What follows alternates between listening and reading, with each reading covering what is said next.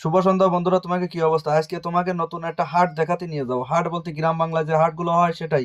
আমাদের এলাকার পাশের এলাকায় সলুয়া রংপুরে প্রায় হাট বসে, শুক্রবার সোমবারের দিন হাট বসে, তাই সেই সরাসরি হাটে চলে এলাম। চলো দেখা যাক হাটে কি হয়।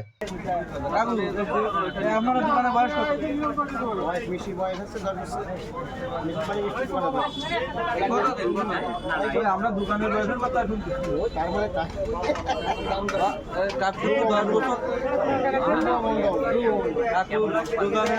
কাকুর নাম হলো ধ্রুব মন্ডল। ষোলোর হাটে আসলে এই জায়গাতে তুমি বজা খেয়ে যাবে। হ্যাঁ বন্ধুরা, দেখতেই তো পাচ্ছ হাটে কত দোকানপাট উঠেছে। আগের কালে মানুষজনরা কিন্তু এই হাটের বাজার করেই সংসার চালাতে। এখন তো মোড়ে মোড়ে মুদি দোকানও আছে, হাটে লোকজন কম আসে।